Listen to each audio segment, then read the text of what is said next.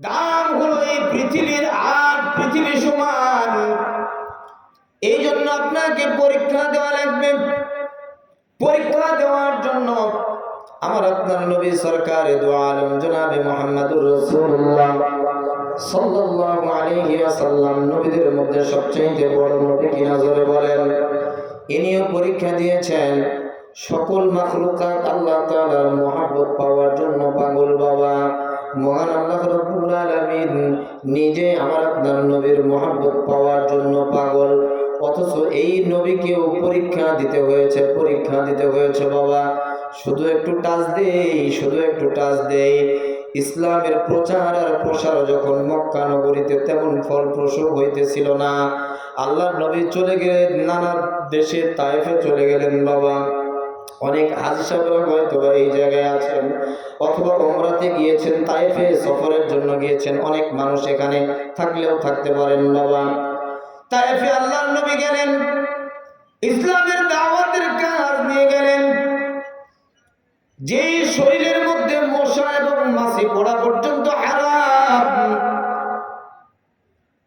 যেই নবীর মহব্বত পাওয়ার জন্য আমার আল্লাহ তাআলা পাগল, এমন নবীর পরীক্ষা নেন। তায়েফে গিয়ে যখন ইসলামের দাওয়াত দেয়, সবচাইতে ধনী ধনী মানুষ যেনারা ছিলেন তিন ভাইকে দাওয়াত দেয়। চিন্তা করলেন আল্লাহর নবী গ্রামের মধ্যে সবচাইতে ধনাঢ্যবান ব্যক্তি যে থাকে, এর দ্বারা যেহেতু নিচের মানুষদেরকে উপকার হয়, যার কারণে যদি আপনি ওই গ্রামকে কনভার্ট করতে চান, তাহলে বড় মাথা যারা আছে তাদেরকে আগে কনভার্ট করা লাগে। জোরে বলেন কথা ঠিক কিনা? আল্লাহর নবী চিন্তা করলেন তায়েফবাসীর মধ্যে সবচেয়ে বড় লোক সম্পদশালী তিনটি ভাই রয়েছে, তাদেরকে যদি আমি ইসলামের ছায়া তলে নিয়ে আসতে পারি, থিওরি অনুযায়ী এই তায়েফ নগরীতে অনেক মানুষ ইসলাম কবুল করবে। কিন্তু ধারণাটা পুরাটাই চেঞ্জ হয়ে গেল বাবা। নিজেরা নেতারা অনেক সময় দেখবেন চেয়ারম্যানের সঙ্গে যদি আপনার শত্রুতা হয়, চেয়ারম্যান নিজে না মেরে তার চেলা চাম্বর দিয়ে রাত্রের অন্ধকারে আপনার ক্ষতি করে। জোরে বলেন কথা ঠিক কিনা? নেতারা চিন্তা করল আব্দুল্লাহর ছেলে মুহাম্মদ যদি সত্যই নবী হবে, তাহলে মক্কা নগরীতে তার নিজের চাচারা পর্যন্ত তার প্রতি ঈমান নিয়ে আসে নাই। সুতরাং আমরা কিভাবে ঈমান নিয়ে আসি? আমরা নিজেরা তো তার গায়ে হাত দিতে পারি না, যেহেতু তার থেকে আমাদের দাম অনেক বেশি। জোরে বলেন নাউজুবিল্লাহ। আল্লাহর নবীর বিষয়ে এমন ধারণা করে তায়েফের এই তিন ভাই বাজারের দুষ্টু কিসিমের ছেলেদের দিয়া লাগায় দিল, যাও তোমরা মুহাম্মাদের উপরে অত্যাচার করো।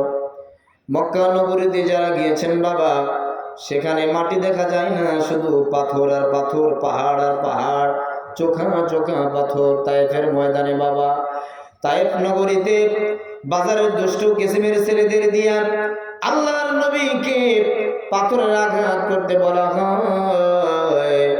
আল্লাহর নবী রাস্তা দিয়ে হাঁটতেছেন, দুই পাশে যুবকরা পাথর নিয়ে দাঁড়িয়ে আছে।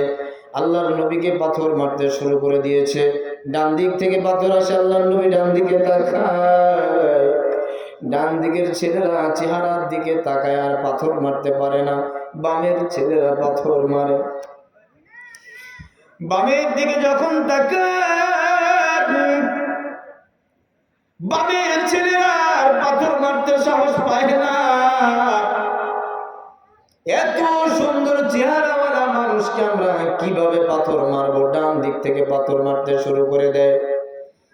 আল্লাহর নবী ডাকতে বলে, ও তায়েফের ছেলেরা রে, এত বড় বড় পাথরের আঘাত আমি নবী সহ্য করতে পারি না, তোমরা একটু ছোট ছোট পাথর দিয়ে আঘাত করো।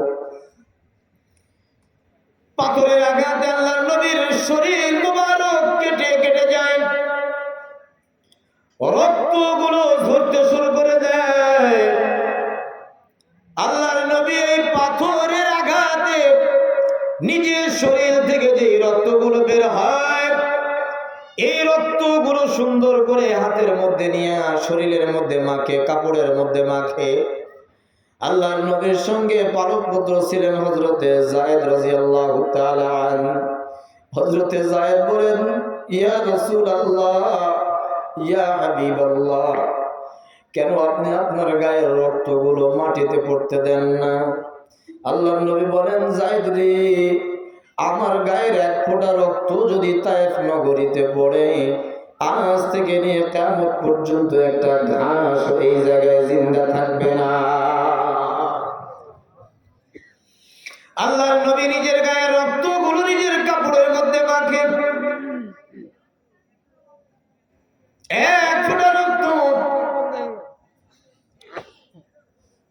পায়ের জুতার মধ্যে, রক্তগুলো একেবারে জমাট লেগে পায়ের সঙ্গে আটকে গিয়েছে।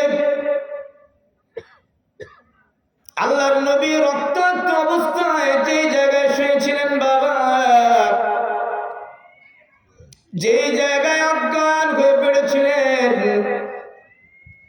হযরতে যায়েদ যখন আল্লাহর নবীর পায়ের জুতাখানা ধরে টান দেয়, আল্লাহর নবী ব্যথা সহ্য করতে না পেরে পড়ে গিয়েছে, অজ্ঞান হয়ে গিয়েছে। আল্লাহর নবীর অপর পায়ের জুতার তলার মধ্যে এক ফোঁটা রক্ত এটা ঝুলে ছিল বাবা। ঝুলে থাকা রক্ত পড়বে, এক ফোঁটা পানি যদি আপনি নখের আগায় নেন, পানিটা পড়বে পড়বে ভাব। এই পানিটা পড়তে কয় মিনিট সময় লাগে বাবা? সেকেন্ড সময় নেয় না। আল্লাহর নবীর পায়ের জুতার নিচে এক ফোঁটা রক্ত এইভাবে ঝুলন্ত অবস্থায় আছে, পড়বে। ঠিক এমন সময় আল্লাহ রাব্বুল আলামিন হযরতে জিবরাইলকে ডাক দিয়ে বললেন, জিবরাইল যাও, দেরি করো না, আমার হাবিবের গায়ের রক্ত মুবারক এক ফোঁটা জুতার নিচে আছে, এটা টপকায় পড়বে তায়েফ নগরীতে।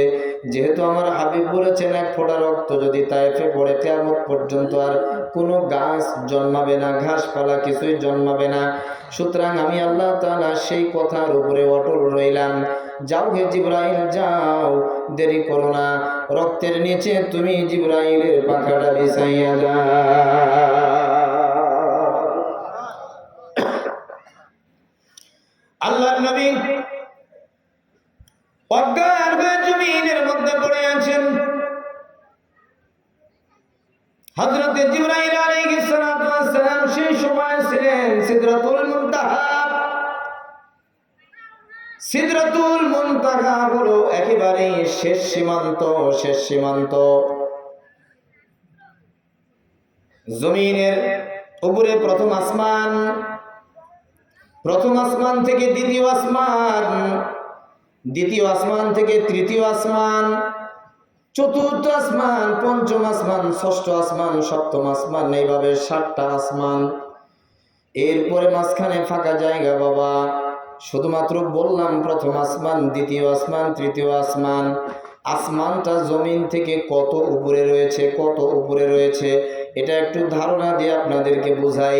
হযরতে জিবরাইল আলাইহিস সালাতু ওয়াস সালাম সিদরাতুল মুনতাহায় ছিলেন, কতটুকু উপরে ছিলেন? এই যে রক্তের ফোঁটাটা ঝুলন্ত অবস্থায় ছিল, আল্লাহ তাআলা অর্ডার করলেন, হযরতে জিবরাইল নেমে আসলো। সময় কতটুকু লাগলো এবং মাঝখানে দূরত্ব কতটুকু ছিল, এটা একটু আপনাদের ধারণা দেওয়া দরকার। প্রথম আসমানের নিচে আল্লাহ তাআলা প্রথম আসমানকে সাজাইছেন। আল্লাহ তাআলা বলেন, ইন্না যায়্যানাস সামা আদ-দুনিয়া বিজিনাতিল কাওয়াকিব। প্রথম আসমানকে আমি আল্লাহ তাআলা তারকারাজি দ্বারা সাজাইছি। প্রথম আসমানকে আমি আল্লাহ তাআলা সূর্য দিয়ে সাজাইছি। প্রথম আসমানকে আমি আল্লাহ তাআলা চন্দ্র দিয়ে সাজাইছি। এই চন্দ্র সূর্য প্রথম আসমানের নিচে, প্রথম আসমানের নিচে, উপরে নয়, আসমান পর্যন্ত নয়। তাহলে এর উপরে কত উপরে আসমান রয়েছে, এটা একটু বিজ্ঞানীদের ধারণা আপনারা শুনে নেন। এই যে আমরা তারকা রাজিগুলো দেখি, চোখ দিয়ে তাকাইলে আমরা তারকা দেখতে পাই, এটা কিন্তু আসমানে নয়, আসমানের নিচে ভাসন্ত অবস্থায়, উড়ন্ত অবস্থায় রয়েছে। তারকার মধ্য থেকে সবচাইতে দূরবর্তী যে তারকা রয়েছে বাবা, এই তারকার নাম হলো কুয়াশা। আর এই তারকা পর্যন্ত পৌঁছতে সময় লাগবে। এই যে আলোর গতি হলো সেকেন্ডে 3 লক্ষ কিলোমিটার, 1,86,86,000 মিটার, মানে 3 লক্ষ কিলোমিটার সেকেন্ডে এর গতি, আলোর গতি। বিজ্ঞানীরা বলেন এইরকম গতিতে যদি কোনো যানবাহন তৈরি করা যায়, এই কুয়াশার নামক তারকা পর্যন্ত পৌঁছতে সময় লাগবে 1000 বছর। তারকাটা কত কাছে রয়েছে, এর কত উপরে আসমান, এখন পর্যন্ত বিজ্ঞানরা বের করতে পারে নাই বাবা। কিয়ামত পর্যন্ত বিজ্ঞানরা এটা বের করা সম্ভব হবে না। তাহলে প্রথম আসমানটা কত উপরে রয়েছে এটা কি আপনাদেরকে একটু ধারণা দিতে পারলাম? প্রথম আসমান থেকে দ্বিতীয় আসমানটা এর থেকে 10 গুণ উপরে রয়েছে, এবং প্রথম আসমানটা দ্বিতীয় আসমানের কাছে এত ছোট একটা আসমান, এত ছোট একটা আসমান। মিশকাত শরীফের হাদিসের মধ্যে ধরা হয়েছে কাল মুআল্লাকাতি ফিত তালওয়াত। আল্লাহর নবী উদাহরণ দিয়ে বুঝিয়েছেন বিশাল একটা মরুভূমির মধ্যে ছোট্ট একটা হাতের আংটি রাখলে যতটুকু জায়গার প্রয়োজন হয়, দ্বিতীয় আসমানের কাছে প্রথম আসমানটা এত ছোট। এইভাবে সপ্তম আসমানের কাছে ষষ্ঠ আসমানটা এত ছোট, এবং প্রত্যেকটা আসমানের স্তরে রয়েছে 10 গুণ। প্রথম আসমান থেকে দ্বিতীয় আসমানের জায়গা রয়েছে 10 গুণ উপরে, এরপরে তৃতীয় আসমান পর্যন্ত 10 গুণ উপরে। এইভাবে সপ্তম আসমান থেকে উপরে কত উপরে সিদরাতুল মুনতাহা রয়েছে। এই সিদরাতুল মুনতাহা ভেদ করে এখান থেকে কোনো মাখলুকার উপর দিকে যেতে পারবে না। উপরে যতগুলো মাখলুকাত রয়েছে, উপরের মাখলুকাতগুলো আল্লাহ তাআলার অর্ডার ছাড়া সিদরাতুল মুনতাহার নিচের দিকে আসতে পারবে না। এটা হলো শেষ একটা সীমান্ত। ইনদা সিদরাতুল মুনতাহা ইনদাহা জান্নাতুল মাওয়া। এই সিদরাতুল মুনতাহার পাশে রয়েছে জান্নাতুল মাওয়া নামক জান্নাত। এই জান্নাতের মধ্যে আল্লাহর নবী হযরতে ইব্রাহিম আলাইহিস সালাতু ওয়াস সালাম ওয়ালের মধ্যে হিরান দিয়ে বসা। এই জায়গায় নাবালক সন্তান যাদের দুনিয়াতে মারা যায়, এই সমস্ত নাবালক সন্তানদেরকে হযরতে ইব্রাহিম আলাইহিস সালাতু ওয়াস সালামের মাধ্যমে ইসলামী শিক্ষা দেওয়া হয়। হযরতে জিবরাইল আলাইহিস সালাতু ওয়াস সালামকে আল্লাহর নবী জিজ্ঞাসা করেছিলেন, ওগো জিবরাইল, তোমার গতি কেমন? তোমার গতি কেমন? আল্লাহর নবীকে গতি বুঝাইতে গিয়ে এই কথাটাই হযরতে জিবরাইল আলাইহিস সালাতু ওয়াস সালাম টেনে তুলে ধরেছিলেন। পয়গম্বর, আমি ছিলাম সিদরাতুল মুনতাহায়, আপনি ছিলেন তায়েফের জমিনের মধ্যে। এমন সময় আপনার জুতার নিচে এক ফোঁটা রক্ত ঝুলন্ত অবস্থায় ছিল। আল্লাহ পাক আমাকে অর্ডার করেছেন এই রক্তের নিচে আমার পাখাটা বিছায়া দেওয়ার জন্য। আমি সিদরাতুল মুনতাহা থেকে আমার 600 পাখা, লাহু মিআতু জানাহুন সিত্তুন, 600 পাখা আমি একবারে একটা ঝাপটা মেরেছি। সিদরাতুল মুনতাহা থেকে সেকেন্ড সময় লাগে নাই, তার আগে এসে আমার একটা পাখা আমি আপনার জুতার নিচে বিছায়া দিয়েছি। ও নবীজি, আপনার যখন জ্ঞান ফিরে আসলো, আপনি এবার উঠে বসলেন। আপনার কাছে আমি প্রস্তাব দিয়েছিলাম, নবীজি যদি আপনি চান, আমাকে আল্লাহ তাআলা এত বড় বড় পাখা দিয়েছে, এই পাখা যদি পৃথিবীর এক প্রান্ত থেকে ঢুকায় দেয় অপর প্রান্ত পর্যন্ত ঢুকে যাবে। একটা পাখা পৃথিবীর এক প্রান্ত থেকে অপর প্রান্ত পর্যন্ত পৌঁছে যাবে, বাকি 599টা পাখার প্রয়োজন হবে না। আমি জিবরাইলের পাখায় আল্লাহ পাক এত শক্তি দিয়েছে, একটা পাখা দিয়ে যদি আমি মনে করি পুরা পৃথিবীটা আমার পাখা ঢুকায়া দিয়া এইভাবে উলট দিয়ে পৃথিবীকে শেষ করে দেব, এমন শক্তি আল্লাহ পাক আমার পাখার মধ্যে দিয়েছে ও নবীজি। সুতরাং আপনি একটু বলেন, তায়েফ নগরীকে আপনার অর্ডার নিয়ে আমি তায়েফ নগরীতে মাটির সঙ্গে মিশায় দেই। আল্লাহ নবী বলেন, ভাই জিবরাইল, আল্লাহুম্মা ইন্নী আদউ যুফি, ওগো জিবরাইল, তুমি একটু আমার সঙ্গে হাত উঠাও, আমি একটু দোয়া করব, তুমি আমিন আমিন করবা। জোরে বলেন না সুবহানাল্লাহ। আল্লাহর নবী পরীক্ষা দিতেছেন বাবা, গায়ে রক্ত নিয়ে, শরীর কাটা অবস্থায় নিয়ে আল্লাহর নবী দোয়া করতেছেন, আমাদেরকে যদি কেউ প্রহার করে, আঘাত করে, মার দেয়, গালি দেয়, আমরা সঙ্গে সঙ্গে তাকে বরদোয়া করি কি করি না? করে বলেন। মারতে যদি নাও পারি, এরপরেও আমরা বলে দেই তোমার ধ্বংস হয়ে যাক, তুমি যেই হাত দিয়ে আমাকে মারলা তোমার ধ্বংস হয়ে যাবে, তুমি যে আমার উপরে জুলুমের স্টিম রোলার চালাইলা আল্লাহ তোমার বিচার করবে। এমন কথা আমরা বলি কি বলি না? জোরে বলেন। আল্লাহর নবী বলেন, ভাই জিবরাইল, আমি একটু হাত উঠাই, তুমি আমার সঙ্গে হাত উঠায় আমিন আমিন করবা, আমিন আমিন করবা। হযরত জিবরাইল হাত উঠাইছেন, আল্লাহর নবী দোয়া করছেন, আল্লাহুম্মা ইন্নী আদউযু ফি, ওগো আল্লাহ, আমি আমার দুর্বলতার কারণে আমি তায়েফ নগরীর কাছে আমি ইসলামের দাওয়াতটা ঠিক মতো বুঝাইতে পারলাম না। আল্লাহ তুমি আমার গায়ের রক্ত দেখে রাগ হইও না। আল্লাহ তুমি তায়েফবাসীর উপরে আযাব দিও না, গজব দিও না। আল্লাহ তুমি তায়েফবাসীকে মাফ করে দাও। হতে পারে এমন একদিন আসবে তায়েফ নগরীরা আমি নবীজিকে দেখার জন্য তারা মাঠে ঘাটে রাস্তায় বাজারে বিভিন্ন জায়গায় কেঁদে কেঁদে চোখের পানি ফেলবে, কিন্তু আমি নবীকে আর খুঁজে পাবে না। আল্লাহর নবী এত বড় একজন নবী হওয়ার পরেও এত বড় বড় পরীক্ষা আল্লাহর নবীকে দেওয়া লাগছে। ইসলামের জন্য যদি আপনাকে কেউ কটাক্ষ করে করুক, কেউ যদি গালি দেয় দিক, প্রতিবাদ করবেন। গালি দিলে প্রতিবাদ করবেন, কথা বলেন না, তার মানে প্রতিবাদ করবেন। আপনারা কি বুঝতেছেন আমার কথা? কেউ যদি আপনাকে নিয়ে কটাক্ষ করে, কেউ যদি আপনাকে গালি দেয়, ইসলামের মধ্যে থাকার কারণে কেউ যদি আপনার উপরে চোখ রাঙায়, তাহলে আপনাকে এটা মেনে নিতে হবে।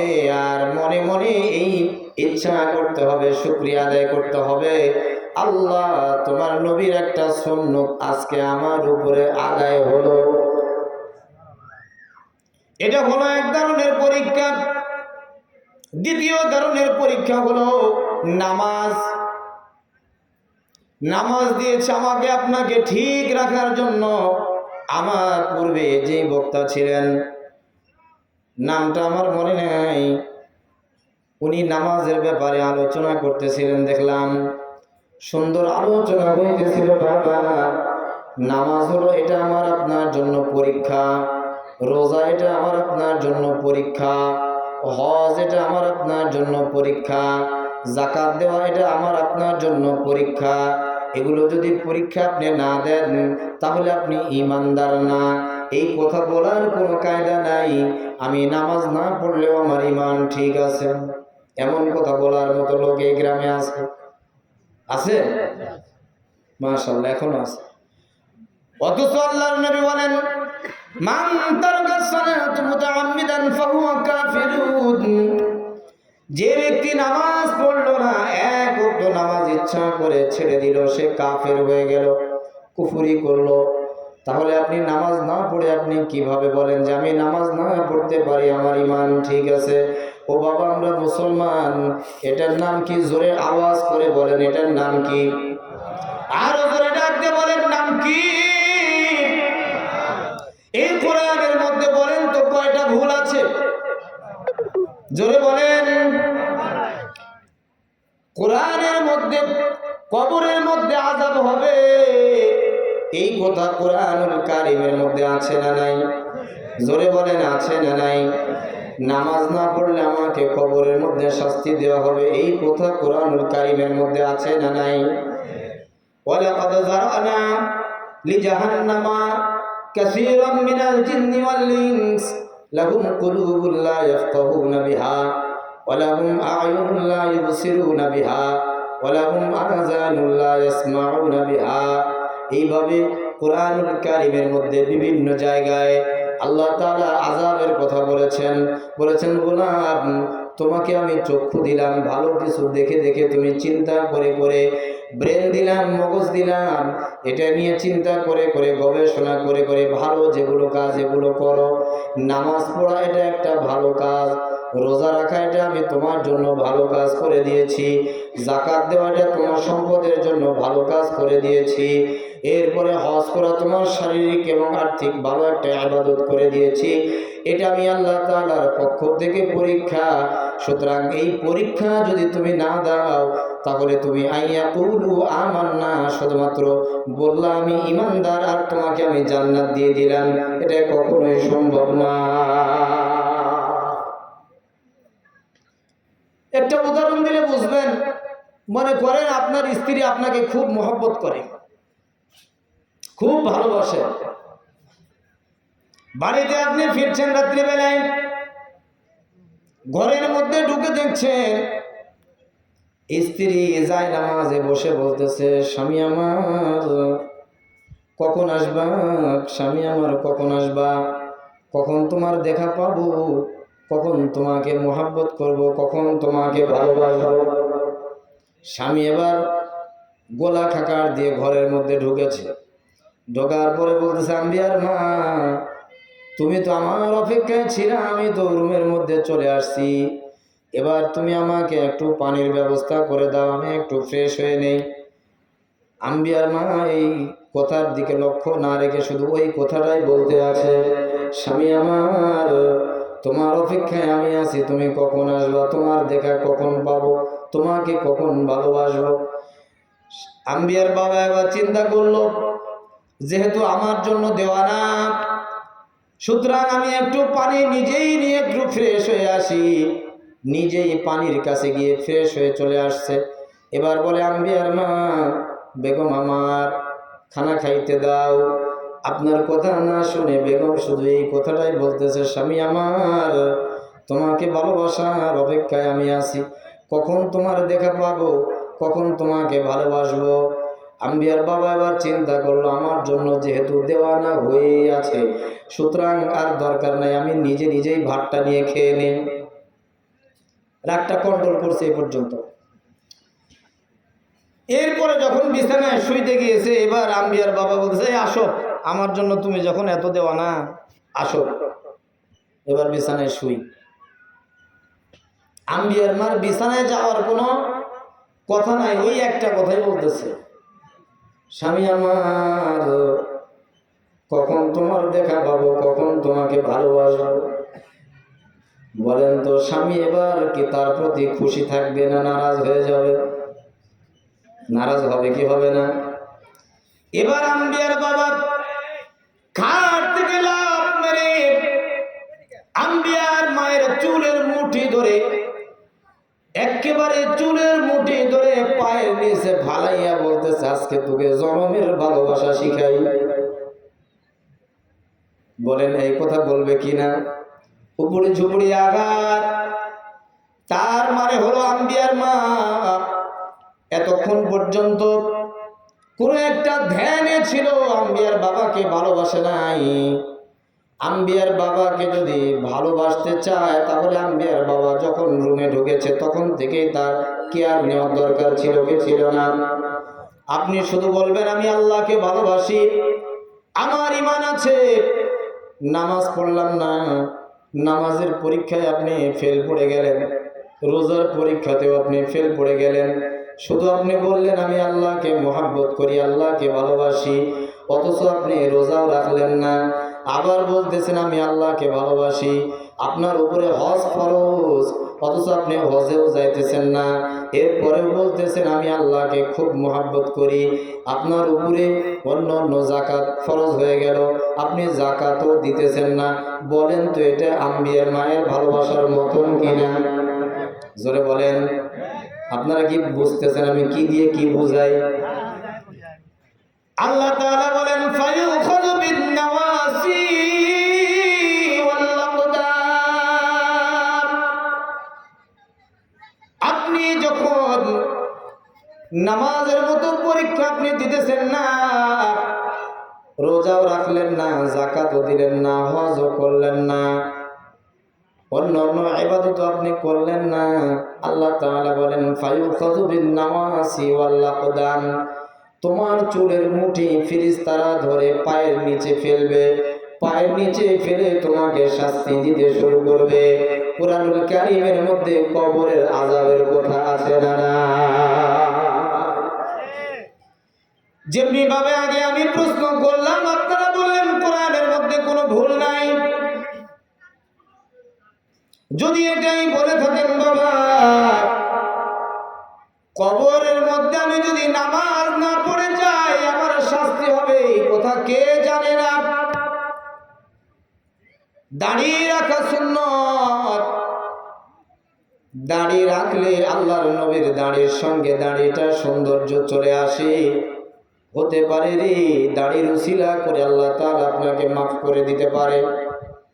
আপনি এটাও রাখলেন না, রোজাও রাখলেন না, অন্য অন্য ইবাদতও করলেন না, তাহলে তো কবরের মধ্যে গিয়ে আপনাকে আযাবে গ্রেফতার হওয়া লাগবে, এর মধ্যে কোনো সন্দেহ আছে?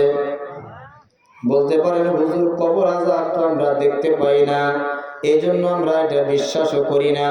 যদি এই কথা বলেন তাহলে বলতে হয় যারা এই কথা বলবেন তাদের কোনো ঈমান নাই। এই পৃথিবীতে অনেকগুলো ঘটনা ঘটেছে, চোখে দেখা কবরের আযাব নামক একটা বই বের হয়েছে বাবা, বই বের হয়েছে। 149 নাম্বার পৃষ্ঠায় একটা ঘটনা লেখা আছে। এই তো এখান থেকে ভারত বেশি দূরে নয়, ভারত এদিক দিয়ে কাছে না? কাছে তো। এই ভারতবর্ষের মধ্যে ঘটনা, তাও বেশি দিন আগের ঘটনা নয়। আপনারা কিতাবটা সংগ্রহ করতে পারেন, বাংলা একটা কিতাব, বাংলা কিতাব, কিতাবের নাম হলো চোখে দেখা কবরের আযাব।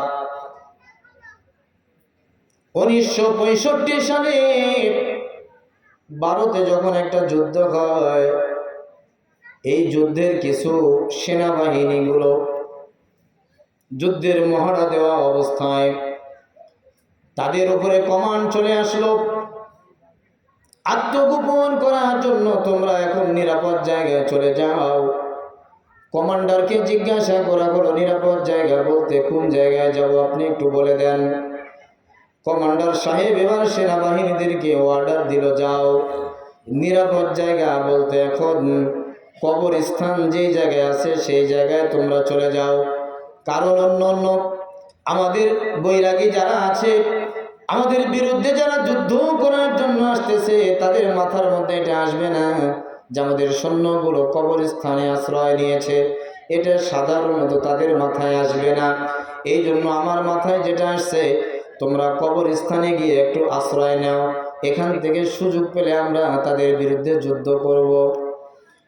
সেনাবাহিনী এই জায়গায় আশ্রয় নিল। এই জায়গার মধ্যে তাবলীগ জামাতের কিছু লোক ইসলামের দাওয়াত দেওয়ার জন্য গিয়েছিল। বাবা কে আসো আসো আসো আসো, মসজিদে ইসলামের বয়ান হবে। তুমি এক সময় দুনিয়ায় ছিলাই না, ছিলা না, আবার এক সময় থাকবা না, মাঝখানে অল্প কিছু সময়ের জন্য আল্লাহ পাক তোমাকে আমাকে দুনিয়ায় পাঠাইছে, সুতরাং এই বিষয় নিয়ে কিছু কথা হবে, মসজিদে আসো। ওই যে সৈন্যবাহিনী সেনাবাহিনীরা ছিল, তার মধ্য থেকে একজন সেনাবাহিনীর কাছে এই দাওয়াত, এই সেনাবাহিনীর কাছে দাওয়াত যখন দেয়, তাবলীগের এই লোকদেরকে বলে হুজুর আপনারা যেহেতু দাওয়াত দেওয়ার জন্য আসছেন, আমি জোহরের সময় যাব, মসজিদে যাব, আমার নিজের চোখে দেখা কবরের একটা আযাবের ঘটনা আমি আপনাদেরকে শোনাবো।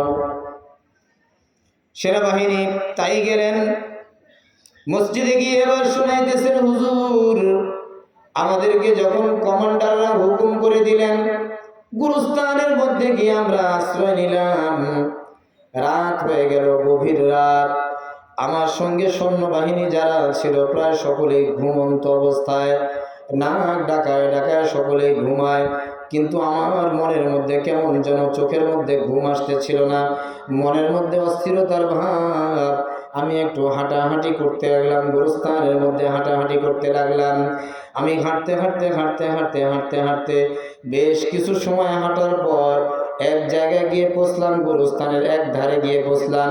সেই জায়গায় দেখতেছি কবরের ভিতর থেকে কেমন যেন একটু হাড় ভাঙ্গার মতো আওয়াজ, মড়মড় মড়মড় করে আওয়াজ আসতেছে। আমি স্বাভাবিক পর্যায়ে ওই জায়গায় থেমে গেলাম।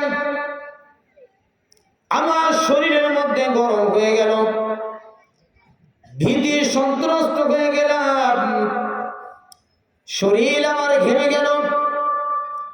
আশপাশে কাউকে দেখা যায় না, কিন্তু এত বিকট আওয়াজ কোন জায়গা থেকে আসে? হুজুর, আমি তালাশ করতেছিলাম, দেখি আমি খোঁজ করতেছিলাম কোন জায়গা থেকে আওয়াজটা আসতেছিল। আমি তালাশ করতে করতে করতে করতে এক জায়গায় গিয়ে দেখলাম একটা কবরের মধ্য থেকে আওয়াজগুলো আসতেছিল।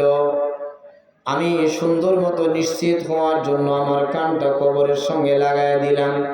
দেখলাম হ্যাঁ, এই কবর থেকে এই আওয়াজটা আসতেছিল। আমি আমার সাথে যে রাইফেলটা ছিল, রাইফেলের মাথা দিয়া কবরের মধ্যে আমি একটু ঘুতা দিলাম, ঘুতা দিয়ে ফাঁক করলাম। দেখলাম একজন ব্যক্তি, মৃত ব্যক্তি এই জায়গায় বসা। আর এই ব্যক্তির শরীরের মধ্যে গোশত বলতে কিছুই নাই, ইঁদুরের চাইতে বড় একটা পোকা। দেখতে ইঁদুরের মতোই, কিন্তু ইঁদুর না। এই মাখলুক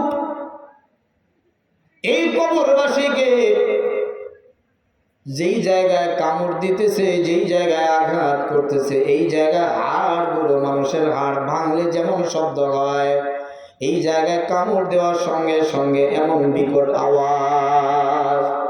হুজুর, এই আওয়াজ শুধু হাড়ের আওয়াজ নয়, বরং আল্লাহর এই বান্দারও কান্নার আওয়াজ আছে।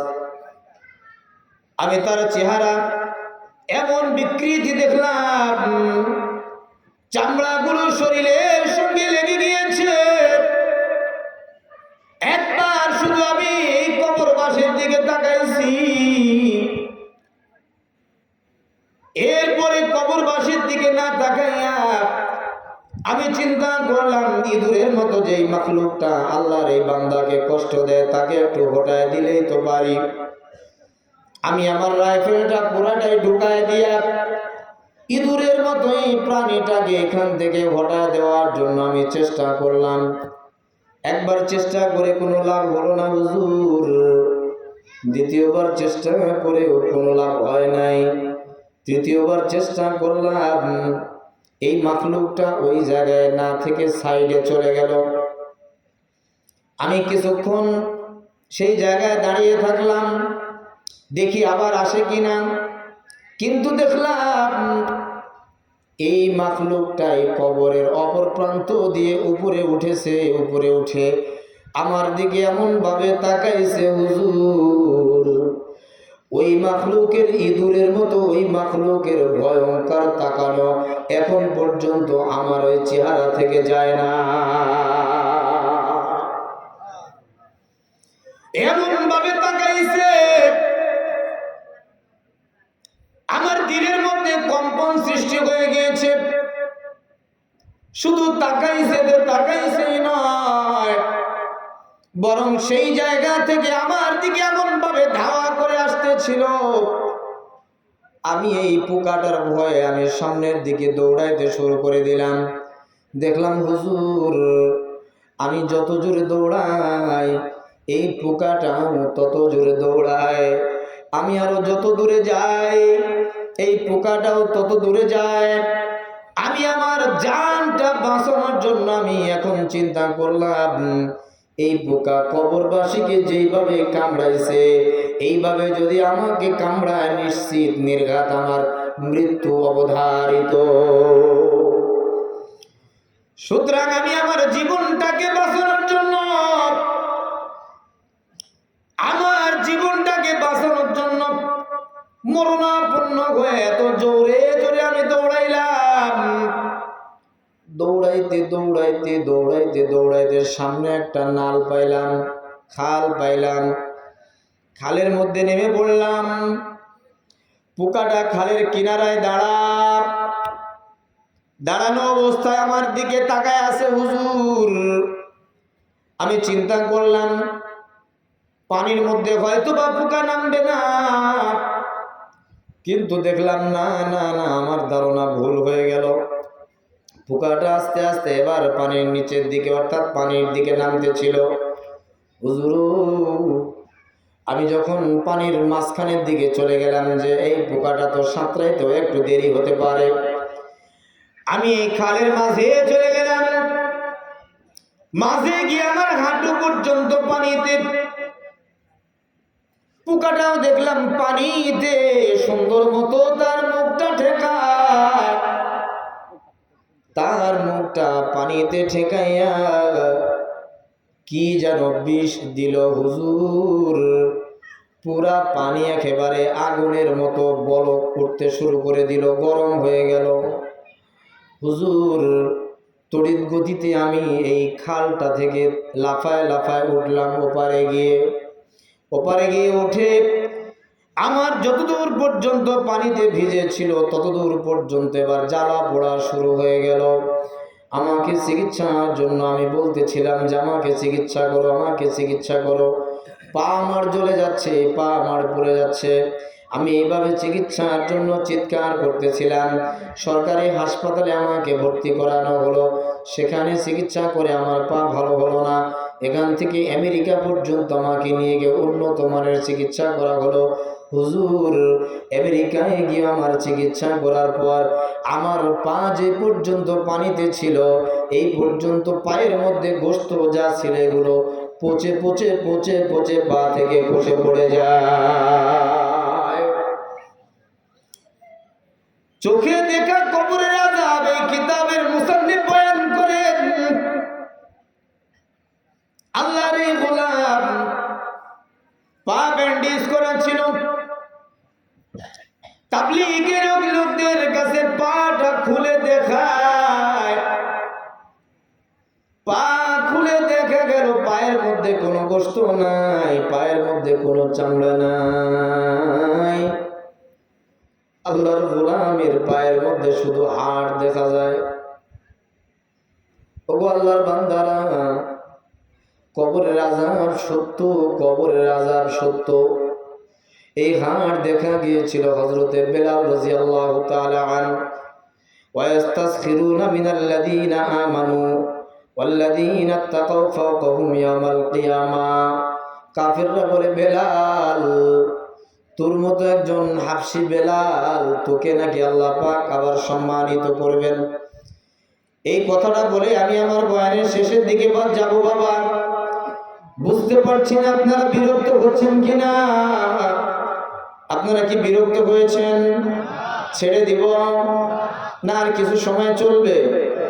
হযরতে বেলালকে কাফিররা ডাকতে বলে, বেলাল, আম্মার ইবনে ইয়াসার, বাতাস আসলেই তোমরা তো উড়ে যাওয়ার মতো তোমাদের শরীর, অথচ তোমরা নাকি ইসলাম কবুল করে তোমাদেরকে সম্মানিত করবেন। আল্লাহ তাআলা কিভাবে করবেন? আল্লাহ তাআলা কালামে পাকের মধ্যে বলেন, ওয়াস্তাসখিরুনা মিনাল্লাযীনা আমানু। মুসলমানদের নিয়ে কাফিররা ঠাট্টা করে বিদ্রুপ করে। ওয়াল্লাযীনা ইত্তাকাউ ফাওকাহুম ইয়াওমাল কিয়ামা। আমি আল্লাহ তাআলা যার মধ্যে তাকওয়া রয়েছে কিয়ামতের ময়দানে তার দাম আমি আল্লাহ তাআলা বাড়ায়া দেব।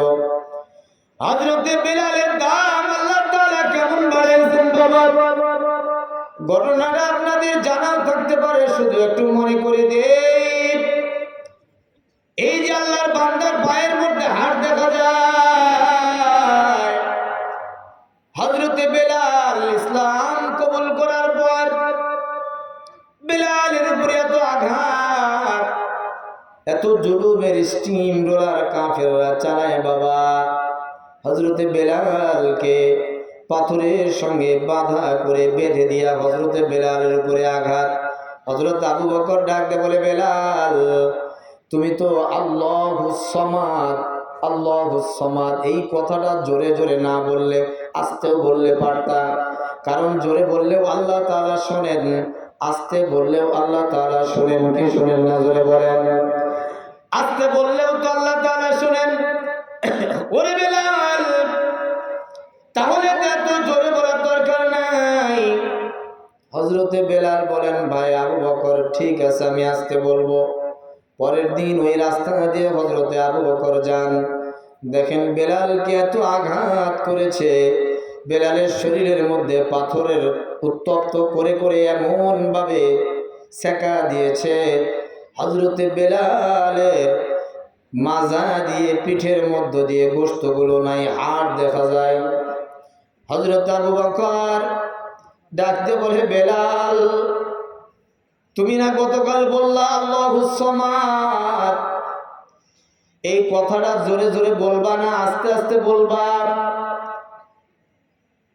হযরতে বেলাল আবু বকরকে ডাকতে বলে, ভাই আবু বকর, ঠিক আছে এরপরে আমি আস্তে আস্তে বলবো।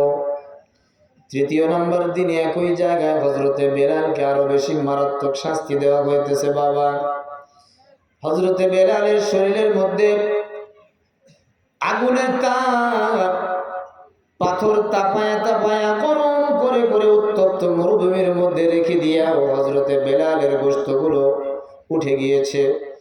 তৃতীয় নম্বর দিনে হযরতে বেলাল দেখেন আরো জোরে জোরে আল্লাহুস সামাদ বলে। আবু বকর ডাকতে বলে, বেলাল রে, প্রথম দিনই তোমাকে বলেছিলাম আস্তে বললেও আমার আল্লাহ তাআলা শোনেন, জোরে বললেও আমার আল্লাহ তাআলা শোনেন, তাহলে এত জোরে জোরে তোমার বলার কি দরকার ছিল?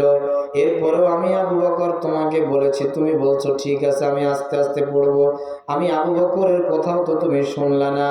হযরতে বেলাল ডাক দিয়ে বলেন, ভাই আবু বকর, আপনি বলেন আমাদের মধ্যে বড় একজন মানুষ, মুসলমানদের একজন খলিফা আপনি হবেন, আপনি আমাদের মুরব্বী, মুরব্বীরা যখন কোনো পরামর্শ দেয়, এই পরামর্শ যদি মনোপুত নাও হয় তবুও সঙ্গে সঙ্গে সেটা প্রত্যাখ্যান করতে হয় না, যদি প্রত্যাখ্যান করা হয় তাহলে মানুষ বেয়াদব বলে। জোরে বলেন কথা ঠিক কিনা?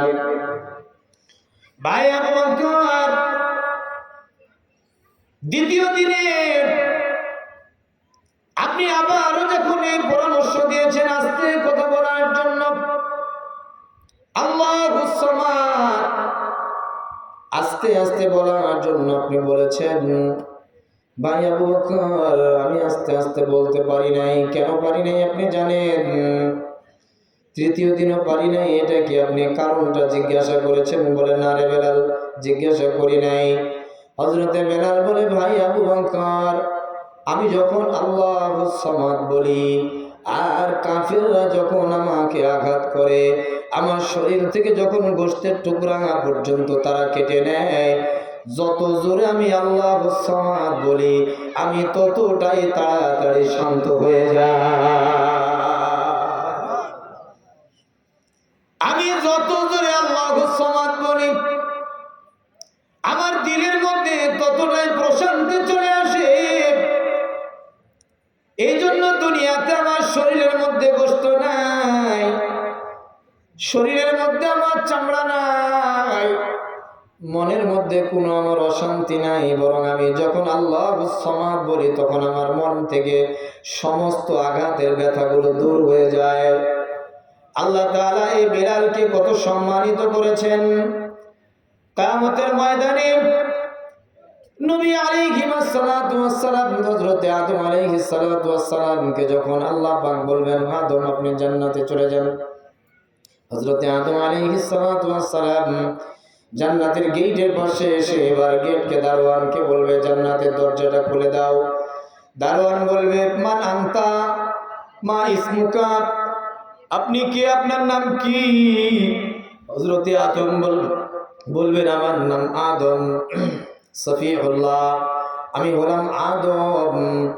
দারোয়ান, জান্নাতের দারোয়ান বলবে, ঠিক আছে আপনি একটু অপেক্ষা করেন। এরপরে হযরতে মূসা আলাইহিস সালাতু ওয়াস সালাম গিয়ে বলবেন, জান্নাতের গেটটা খুলে দাও। আপনার নাম কি? আমার নাম মূসা কালিমুল্লাহ। হযরতে ইব্রাহিম আলাইহিস সালাতু ওয়াস সালাম গিয়ে বলবেন, গেটটা খুলে দাও। আপনার নাম কি? মা ইসমুকা, আমি ইব্রাহিম আলাইহিস সালাতু ওয়াস সালাম, ইব্রাহিম খলিলুল্লাহ।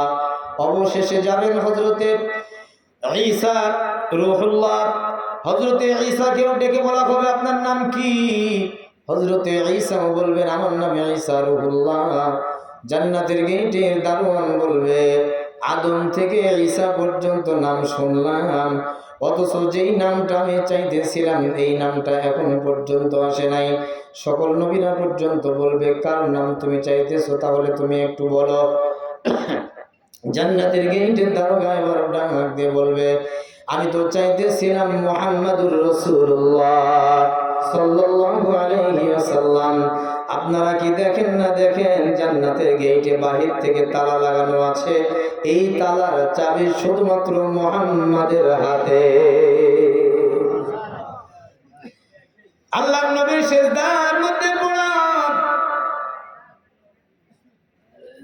ইয়া রাব্বি হাবলি উম্মতি উম্মতি বলে কাঁদতে থাকবেন আমার আপনার জন্য।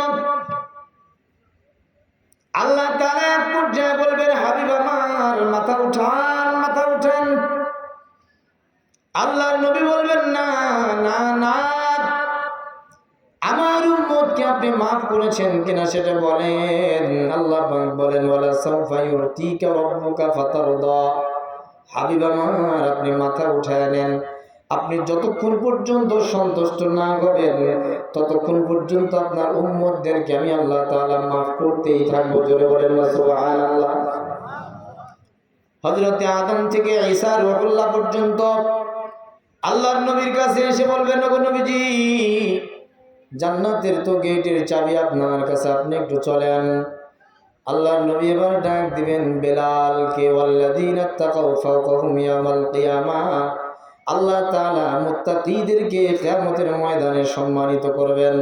হযরতে বেলালকে কত সম্মানিত করেছেন বাবা, তাফসীরের কিতাবের মধ্যে ধরা হয়েছে ওই সময়ে আল্লাহর নবীর জন্য একটা উট, সবুজ রঙের একটা উট দেওয়া হবে বাহন হিসেবে। আল্লাহর নবী সবুজ রঙের উটের পিঠে চড়ে, আল্লাহর নবী ওই সবুজ রঙের উটের পিঠে চড়ে জান্নাতের দিকে আগাইতে থাকবেন। এই উটের লাগাম থাকবে হযরতে বেলালের হাতে। আল্লাহর নবী জান্নাতে প্রবেশ করবেন, কিন্তু হযরতে বেলাল উটের লাগাম ধরে ধরে জান্নাতের মধ্যে প্রবেশ করবেন। আল্লাহর নবীর উটের লাগাম ধরে ধরে জান্নাতের মধ্যে প্রবেশ, এটা বাবা ঈমানের জন্য কষ্ট দিয়ে পরীক্ষা দিয়েছেন দুনিয়ার মধ্যে, যার কারণে আল্লাহ তাআলা এই ঈমানের দাম বাড়ায় দিয়েছেন কিনা জোরে বল। ঈমানের দাম বেড়ে গিয়েছে। এই মাইকের কি হলো?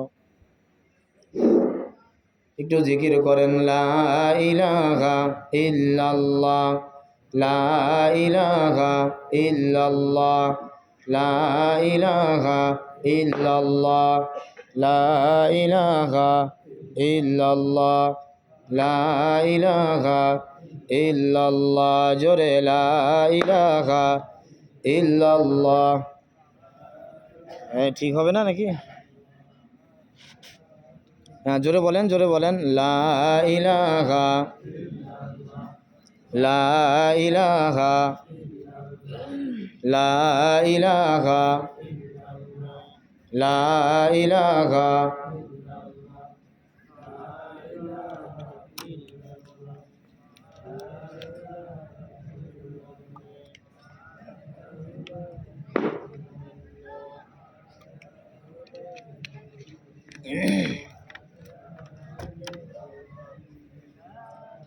লা ইলাহা ইল্লাল্লাহ, লা ইলাহা ইল্লাল্লাহ।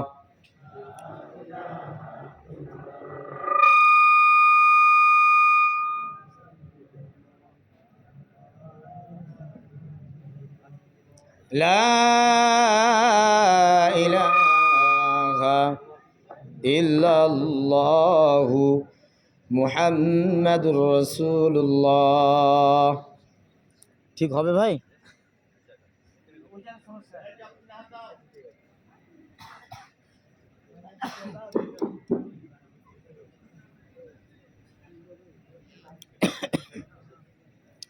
ভাই আমরা শেষের দিকে চলে আসি।